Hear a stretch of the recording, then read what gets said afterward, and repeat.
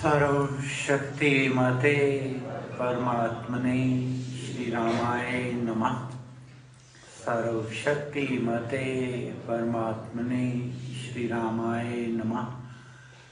सर्वशक्तिमते परमात्मने श्रीरामाय। मात पिता बांधव सुतधारा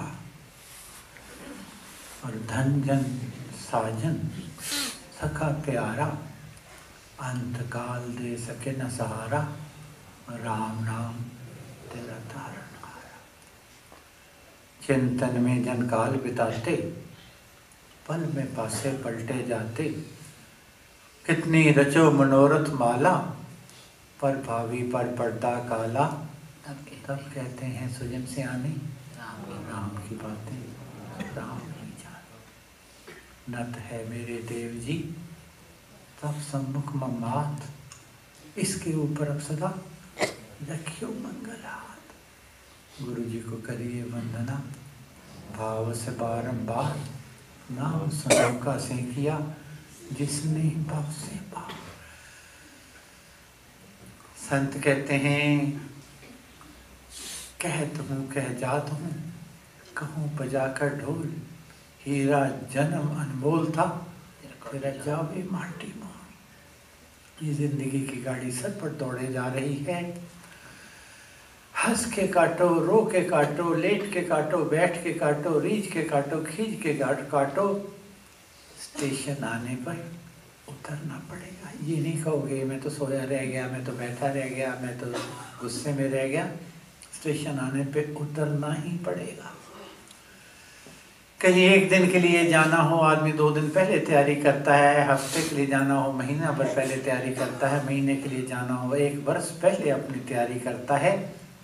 क्या मन में सोचा है हमने कभी कि जिस जीवन यात्रा पे हमने जाना है उसके लिए कुछ तैयारी की है? तो क्या संत कहते हैं कि उसके लिए पूंजी राम नाम की पाइए और पाथे साथ नाम ले जाइए। नाशे जन्म मरण का खटका, रहे राम भक्त नहीं अटका। राम नाम के सिमरन के बिना बात नहीं बनी। कितना भी कर लो, सुख के साधन तो प्राप्त कर सकते हो। क्योंकि कई कहते हैं कि प्रारब्ध किसे कहते हैं, क्या प्रारब्ध बदली भी जा सकती है? संत कहते हैं हाँ, प्रारब्ध लिखने के लिए आपके अपने हाथ में है।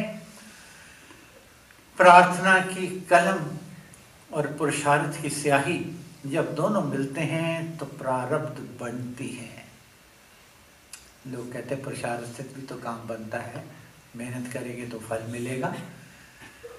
संत कहते हैं पुरुषार्थ से बात बनती है, फल भी मिलता है, सामान भी मिलता है, जो चाहते हो मिलता भी है।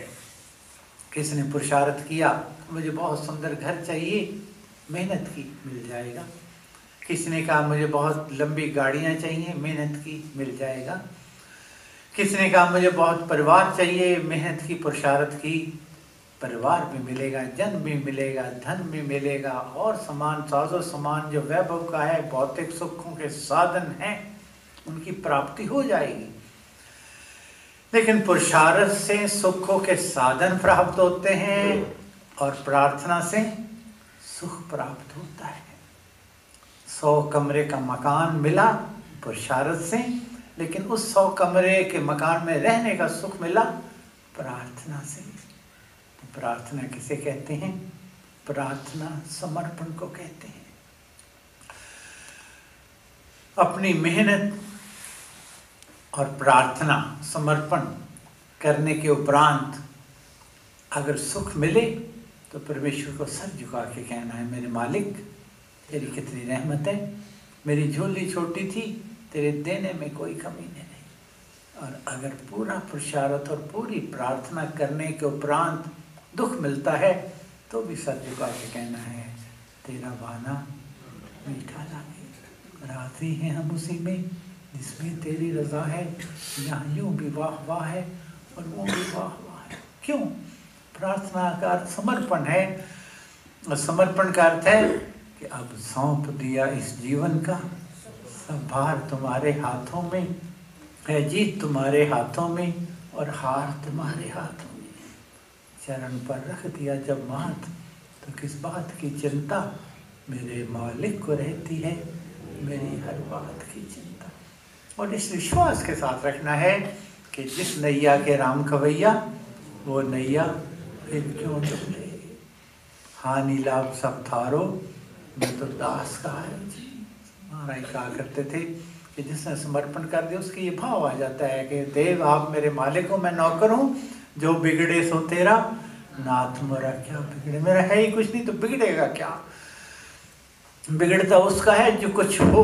जब मेरा कुछ है ही नहीं, ये धरती मेरी नहीं, पानी मेरा नहीं, हवा मेरी नहीं, व्यवस्था मेरी नहीं, अवस्था मेरी नहीं, विचार मेरे नहीं, शरीर तक तो मेरा है ही नहीं, तो फिर एक व्यक्ति दान कर रहा था, उसकी आंखें भी नम थी और नीचे झुकी हुई भी थी, तो किसी ने कहा भाई तू भले का काम कर रहा है और रो क्यों राखों में पानी क्यों है तेरे और नीचे क्यों झुकाई हुई है, तो उसने कहा देने वाला और है और देवत है दिन रैन, लोग भरम मुझ पर करे तासो नीचे न।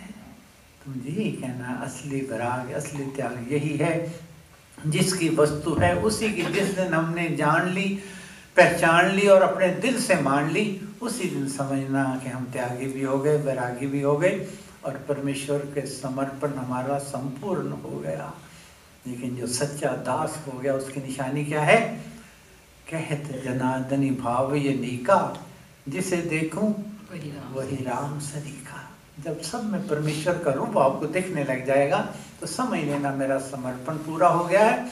और जिस दिन समर्पण पूरा हो गया, लाली मेरे लाल की जित देखूं तित लाल, लाली देखन मैं गई और मैं भी हो गई लाल। महाराज की कृपा बरस रही है। पहली घंटी 4:30 बजे बजती है, 5:30 से 6:15 बजे तक अमृतवाणी का पारायण होता है, उसके उपरांत चाय मिलती है, 8:15 बजे सुबह का नाश्ता मिलता है, फिर 11:30 से 12 बजे तक भक्ति प्रकाश की सेटिंग होती है, 12:15 बजे दोपहर का भोजन है, 1 बजे से 2:30 बजे तक का मौन होता है, 4 बजे सायंकाल की चाय मिलती है, 7 बजे रात्रि का भोजन है, फिर 8:15 बजे से 9 बजे तक की रात की सेटिंग है।